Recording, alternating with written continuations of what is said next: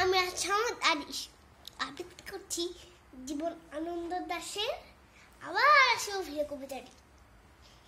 আবার আসিব ফিরে ধান সিঁড়িটির তীরে, এই বাংলায় হয়তো মানুষ নই, হয়তো বা শঙ্খচিল সাইকেল ফেসে, হয়তো ভোরের কাক হই কার্তিকের নবান্নের দেশে, কুয়াশার বুকে ভেসে একদিন আসিব এই কাঁঠাল ছায়ায়, হয়তো বা হাঁস হব কিশোরীর ঘুঙুর রহিবে লাল পায়, সারা দিন কেটে যাবে মেরুগন্ধ ভরা জলে ভেসে ভেসে।